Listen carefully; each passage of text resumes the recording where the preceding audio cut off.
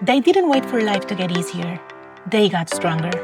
With grace in their hearts and purpose in their steps, they turned every setback into sacred ground for growth. Meet the women who chose grace over fear.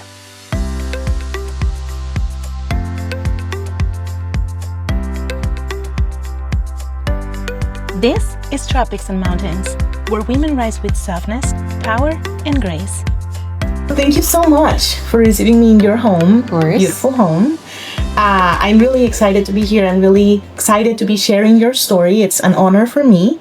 And I would just like for you, if you'd like to introduce yourselves. Mm-hmm. So, Bella?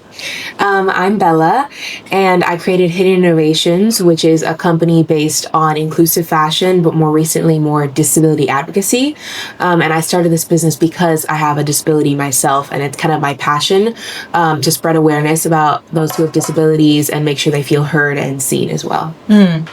Beautiful. And I'm Maria Teresa Crespo. I go by Tere, and I'm Bella's favorite mom. It better be. I'm the one behind the scenes working hand in hand with her and kind of helping her out with her dream and to accomplish the whole disability advocacy.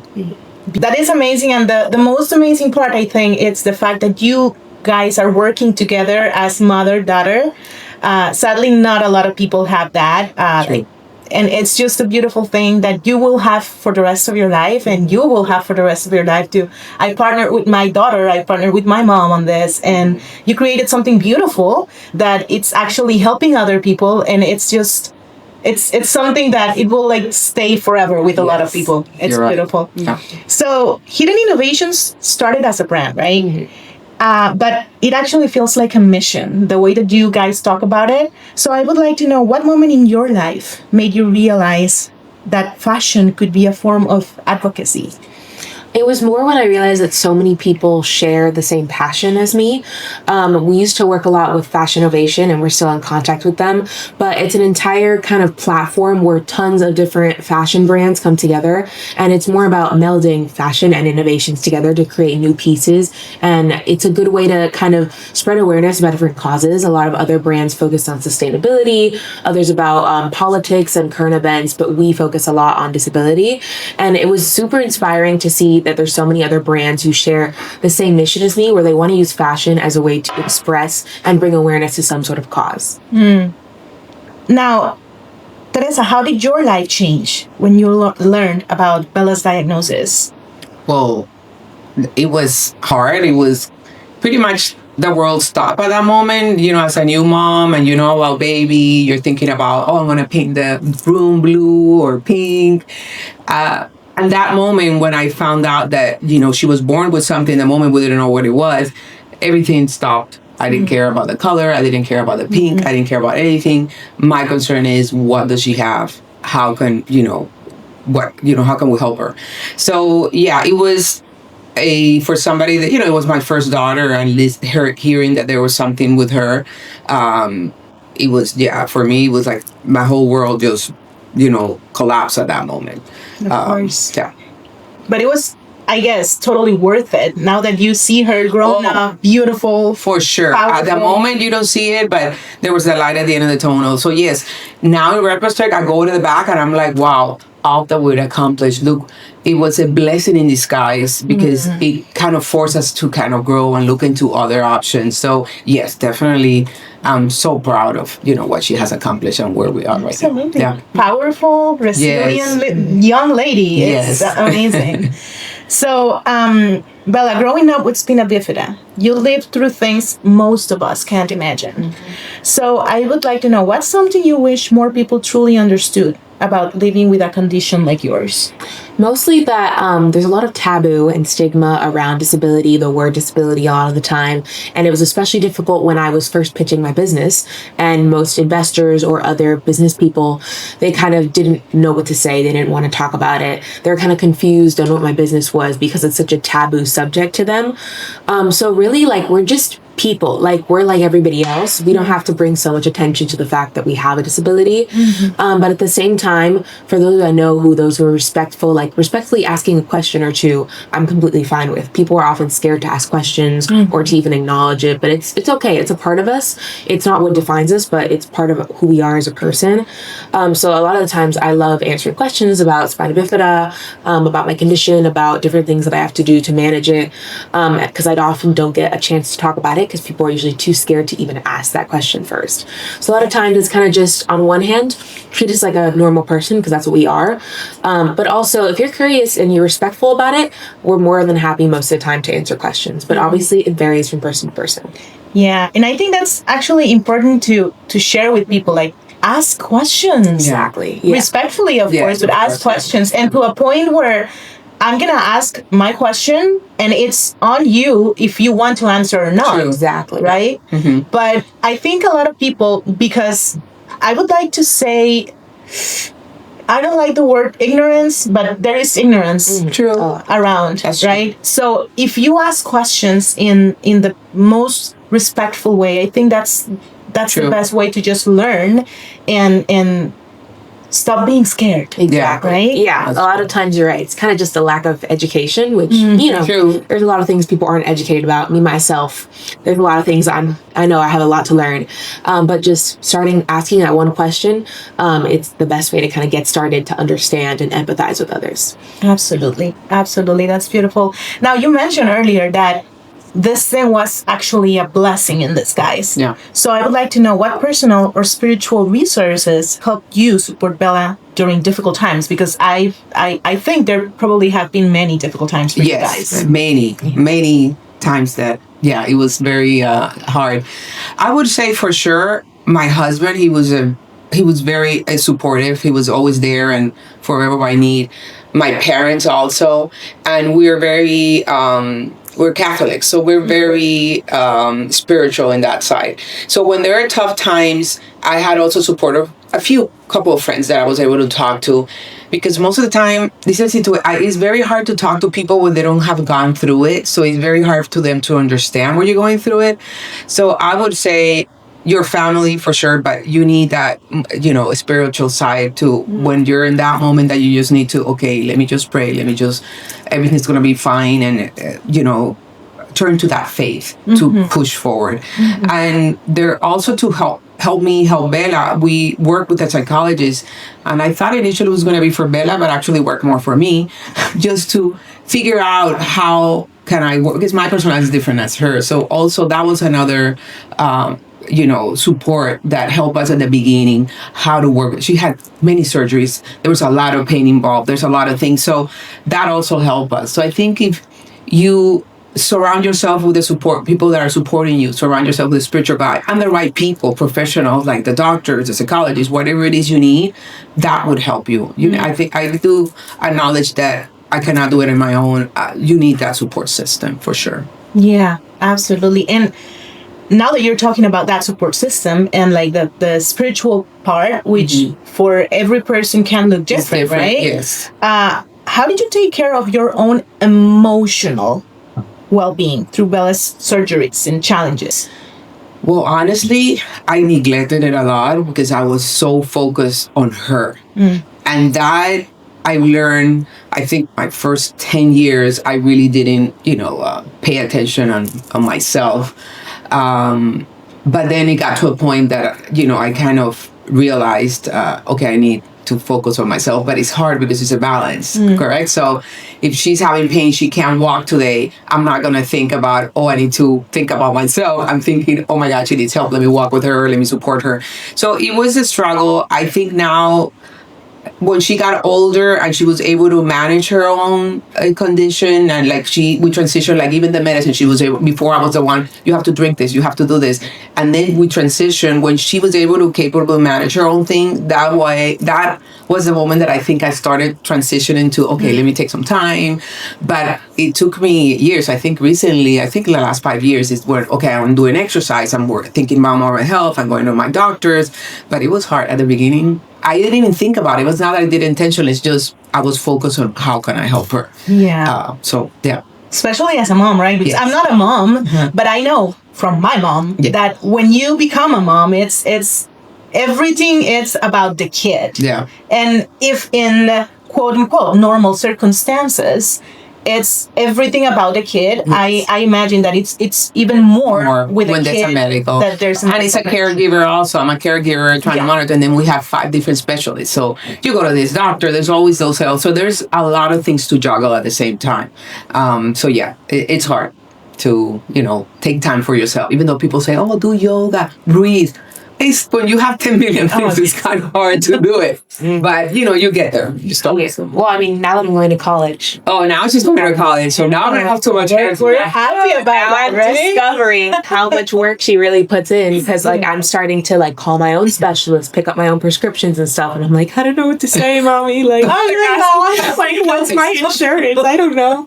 So she's helping me, learn how to manage it more and more. That way in college I can at least do it myself and also call her every time I need help. And it also teaches you to appreciate her more. Yeah, exactly. Right? Yeah. Because, even at 33 years old, sometimes I call my mom, I'm like, Mom, I need help. How do I do this? I still call my mom. I'm over 50.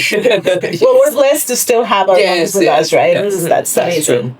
So, when the pain or surgeries felt overwhelming for you, what kept your spirit alive? And was there a phrase, a person, or a moment that helped you hold on? Really, it was more my support system, my family, my friends. Every surgery I had, they were there to visit me. They would talk to me. They would bring me gifts, comfortable blankets in the cold hospital. My grandparents would make me food and bring me home cooked meals, or even just to hang out with me, even because sometimes with strong medicine, I'd get too drowsy and I would just fall asleep when people came over. But even having someone there that they're there to support me is kind of what helped me to continue to go on, because it was very difficult for me to do things alone. I often needed support to do something, even to get up and walk to go to the bathroom. I needed my parents to help me. So without my parents or my family or my friends, I probably wouldn't have been able to get through everything that I've gone through. Wow. It's powerful, right? The support system or the community that we create or in that we surround ourselves with, that it's it works or it doesn't work. Yes. And it's better when you have make wise decisions on surrounding, you have a family, but for example, friends, making sound decisions on what is the kind of person that I want surrounding true friends. My life. Exactly. Yeah. Right? A lot of my childhood friends it's her friends' children are my child. Oh, the Colombian crew we call it. Yeah. We all study in the same high school. Somehow we ended up back in Miami, and we all have kids around the same age. So actually that was, even though she was in school, our core support system we call it the Colombian crew. And they were very supportive. And they would actually call me, it's like, what do you think is going to help Bella? I said, okay, we need to distract her. Her pain level's high. Can you come over at whatever time they would come over? And the kids will hang with her, because with the pains, it was really bad. So those are little things and from the people at school, they were very... people don't know they don't want to bother you, and they feel, I'm not going to call. She went to the 3rd year. I don't want. So people were not that approachable. But with my friends, I was like, okay, I need your pronto. Come over now. She's going through pain, and they would just drive down here. And they're always the first ones that was like, hi guys. So that's sweet. beautiful. Yeah. That is so beautiful. So you've created clothing that meets both medical and emotional needs, right? How do you want people to feel when they wear something from Hidden Innovations? I want them to feel comforted and at ease, especially with my launching product, my private pocket, the very first product I ever made. It's my baby. The main focus of that is to kind of ease the worries of kids who have incontinence, or even kids who just want to carry their medical supplies with them at all times and not have to worry about it constantly. Having the pockets in the underwear, I want it to be a way that to kind of ease their worries, that if they have an accident, they don't have to be constantly worried, where am I going to get the clothes? How am I going to change? How am I going to make it discreet so nobody notices? I kind of made this product with the intention that they would be at ease, and it kind of makes the whole process a lot easier for them if they ever have to change, if they ever need to use their medical supplies. That way it's a way that they can be more discreet, because obviously I don't want anyone to be ashamed of their disability, but oftentimes the outer world doesn't make that very easy, so we feel the need to hide, and that way it kind of also gives them a form of privacy. And not to mention also with my hoodies and my other products that are more focused towards empowerment, I do do want to kind of empower people, make them feel comfortable as well, and show them that adaptive clothing doesn't just have to be for people with disabilities. It can be for anyone. We can all benefit from these types of clothing. Yeah. To add to that, what you were saying about the ease, I remember around 8 years old, you get these messages from school and they talk to the parents. And one question was, find out what your kids worry about. Mm-hmm. Like, for example, kids and I approach Bella and I ask her, okay, so I want to understand, in any day you go to school, what is your worry? Are you worried for a test? Are you worried for bullying somebody? I wanted to get an idea what's going. And I remember to this day, Mom, my worry is every time I stand up, I'm concerned if I have an accident or not, people are going to see it. And it blew me away that she had to, every day, imagine how many times you stand up from the chair and you don't know if you have an incontinence accident and you don't want the kids to know. Yeah. So that first broke my heart, but then that more, I understood why she wanted to look for that solution. Mm-hmm. And that's when she was saying, I want to help other kids. I don't want them to think, I don't want them to worry about this. And actually, that's how we end up doing the first hoodie, which is called Worry Free, is because you don't want a kid to be worrying about, okay, every time I stand up, do I have an accident? I don't have an accident. So I'm just adding to your point about the ease, which is true. That was kind of the first initiative of why we're doing this. Yeah, and especially when I was really young, it was hard for me to kind of manage my disability like that, especially because of my condition. I have a lack of feeling and control in a lot of my muscles. Mm-hmm. So I usually wouldn't know I had an accident until I stood up and smelled it. And if I smell it, it means other people can smell it. So then I'd get worried. Yeah. And that's kind of like the driving force being like, okay, we need to figure out something now to kind of help find a solution to this problem. And that way I don't have to worry constantly. Wow. Yeah. That is powerful. Yeah. See, the power of love. Mom said, we need to figure this out. Yeah, it was a good way to, at the moment I didn't know, but in my mind I was trying to help her because we started different, and we even gave her 2 lunch boxes. Okay, one is going to be the food, the one that has a ribbon has extra clothes so the kids would know. And it worked for a little bit, but then the kids are like, why are you going with a lunchbox to the bathroom? So we're like, okay, we need to change tactic. But in my mind, of course, it was never about business. It's like, how can I help her? I can't go to school. I wanted to even go to school. I'm like, maybe I go to school and I'll stay in a corner. They're like, no, you can't. So yes, trying to find a solution for her, and we couldn't find any. We tried different things. Let me think, a lot of things failed, but it was more about that, how we can find a solution. And it helped us because it focused that in the solution rather than the problem. Of course. So I think that's what helped. And then I made it more as fun because nobody wants to think about, I'm going to do an underwear, whatever. She didn't want to talk about the underwear or whatever. So we made it more of a game. Yeah. So that's how it started in the house is, let's focus on the solution. I'm not a doctor. I'm not a miracle. I cannot fix. Why don't we focus on the solution? And it became more of a game and a bonding. And in the family, we used to do games in the house and even in the store. I told her, if you're the owner of, I don't know, you're the boss today. I remember saying one of the Joanne fabrics. I said, you choose the fabrics, you choose whatever, and she will get like, weird colors, whatever. Can I get this? I'm like, you're the boss. And she's like, okay, I want this. So we created something with that weird colors, but I'm like, okay. So it kind of focused on it. It also made us more strong as a family because, we were, and then we made games with the dad. Even like something very, I don't know, this is too TMI, but going to the bathroom. We had to teach her how she can take care of and clean and do everything in the bathroom by her own, because in school they go by their own in the bathroom, even though they're little. So the only way, because she didn't want to practice, we used to make games. So the games was, okay, let's see if Dad or you wins. Whoever goes first to the bathroom and can clean up and do this. And of course, my husband would be like, I'm going to win. And she's like, I'm going to win. So she go to the bathroom like, okay, Bella, do this, that. And she's like, I want a Modi. So we'll be, no. So we made it a joke and a whole game, which is very competitive. So I'm like, okay, we're learning that. Now we know how to do that. So it helped us. Then we were doing just games all the time. So yeah, you have to be creative. And going back to your question, if we focus on the solution, you would kind of forget about the problem and you try to make it fun because, try to look for the best in the situation that we have, that we're working on. I think that kind of connects with my next question, which is, how did you navigate the shift from being Bella's mom to also being an instrumental partner in hidden innovations and in shaping the amazing young woman that she is today? Yeah, it hasn't been perfect learning through, but that shift, it empowered me. And the fact that I saw her how the first time that she talked and it was in a warehouse in a Christmas, they kind of gave her the platform to talk, and I saw her, talking to people and how her eyes went, open up on in these situations and sharing her story. It empowered me too.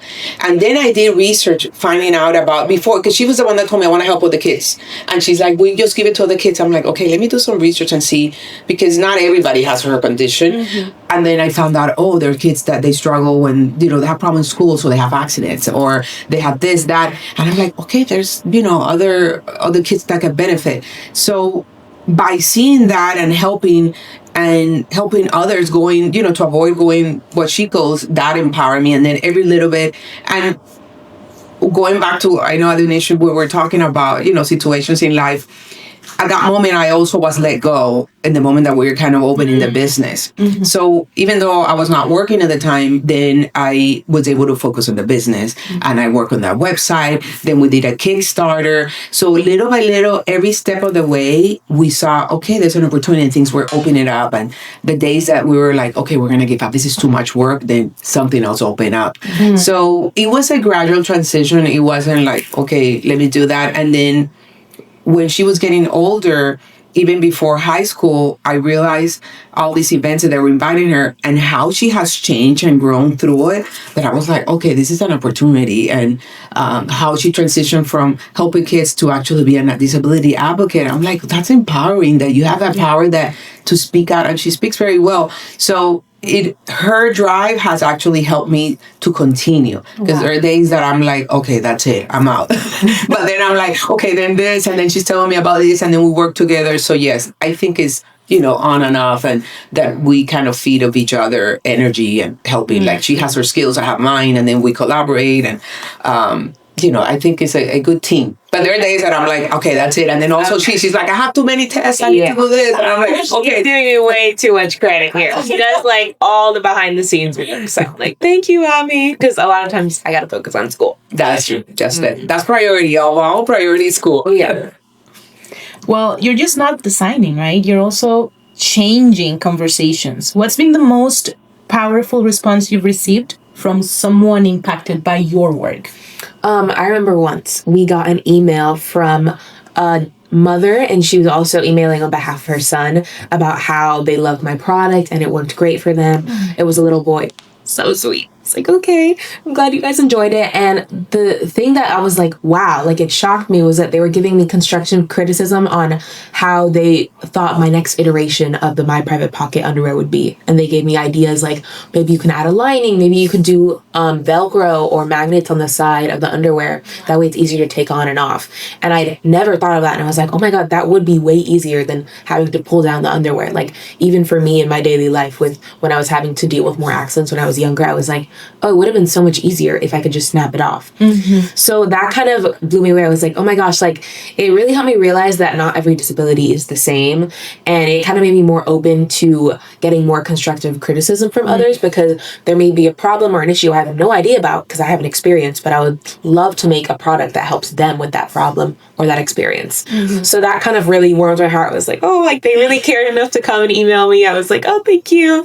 And I kind of emailed back and forth with them a little bit. Yeah, they had a couple of back and forth emails. And also the fact that he said, my son wants to tell you that you are his inspiration. He wants to grow up being like you. And that was, I totally said that. That's so powerful. Even if you help one kid, that's amazing. So yeah, we celebrated that email. We're like, oh my God, we felt like, we're celebrities. So I was like, yeah, that was in the beginning when we were starting. We're like, okay, we're doing something right. Yeah, it really helped to be like, oh, we're actually reaching people with this kind of mission. So it really empowered me to keep going.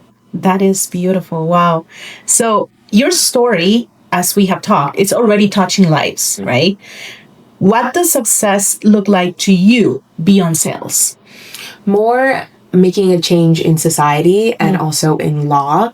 I was especially interested this in my earlier years of high school, where I researched everything about the disability active rights. There's a name for it. ADA, Americans with Disabilities Act. And also about the disability civil rights movement, Disability Pride Month, the marches that go on. And I kind of just learned as much as I could about the history of the disability community, since it's a community that's so close to my heart.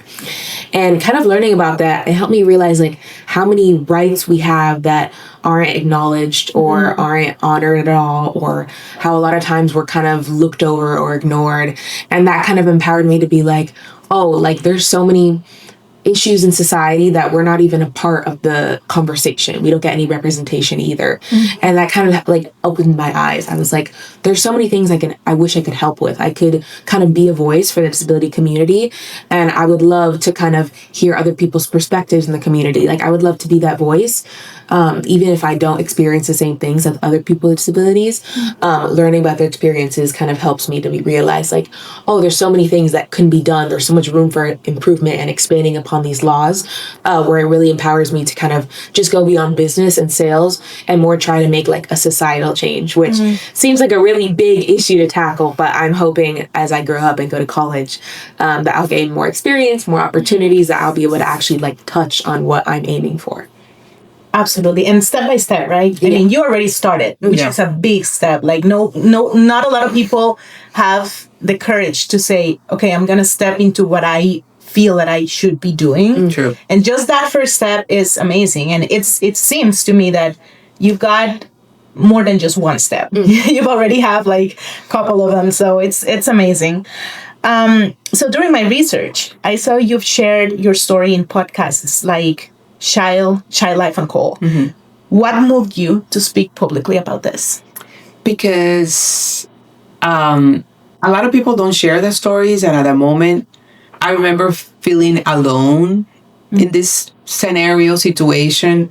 So I do believe by sharing my story, I can touch somebody else and give them hope. Because at that moment, I didn't see hope. At that moment, I thought it was the worst thing in the world. At that moment, I thought, what did I do wrong? So and there's another mom going through the same situation, I thought, you know what? We just need to open the communication and let, I hope somebody else, another mom that just received the news, your kid has spina bifida. I know it's hard, but there's quality of life. There's so much other, things out there. So it was more about that, because how I felt at that moment, I felt really alone, and, I thought it was only me, but in reality, other moms go through this. So it's more about sharing. Wow. That's amazing. And that actually connects with my last question to you.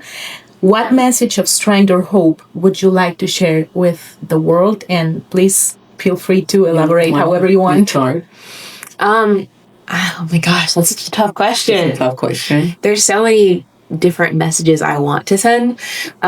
More, I guess, focusing on like, you're not alone and there's nothing wrong with you. And that just because you're different, or whether it be physically or mentally, or with a little quirk or a talent you have, like, it doesn't make you wrong. It doesn't make you different from other people. It doesn't matter. There's so many things you can do with the talents you have and with the ideas you have, that you shouldn't hold yourself back just because you think you're not good enough, or because you're too different from what other people expect you to be. So to kind of just empower people to be like, you can do whatever you want to do, whatever you put your mind to. Don't let your mind kind of hold you back. Wow. Very good. I'm taking that with me. For me, it will be more about resilience, hope, and your spiritual support system can help you in those tough times that you have in life. Actually can turn out into so much beautiful journey. Like, if I wouldn't be in that situation, I would never be where I'm right now. Like if Isabella. So as much as you think you're in a path, or you're in a situation that is really bad, don't worry. If you have your faith, if your resilience, if you have that support, there's going to be so many other doors that open. A situation like this, and I don't know if that's the right word, is I don't know if it's a bad situation, but a dark situation, and we turn into something positive. So these are the cards that we held. So you're in that situation. There's going to be a light at the end of the tunnel. Things are going to turn out good, but you do need to have faith and support system and be resilient. I mean, we're always there, right? Knocking doors. And because it was not her situation, her condition is not black and white. So it was progressive when she was younger. So there's things that I thought, oh, we're fine. And then something came up and then another. So we had all these obstacles, but we kept on going. So that's the message that I want to say. I know things can be bad, but they're going to be much better. Absolutely. Just hold on into your faith and be resilient, have your support system, and you're going to go through it. So pretty much changing your focus from the challenge to the opportunity. To the opportunity. Exactly. There we go. Oh, that's beautiful. Yeah. Well, ladies, thank you so much for your time. Thank you for sharing your story with me. I'm so honored. No, we're honored that you came over our home and interviewed. That's amazing. Yeah. So we want to be part of your project, and we were very blessed when we read about you and that you reach out to us. We're like, yay! Thank you.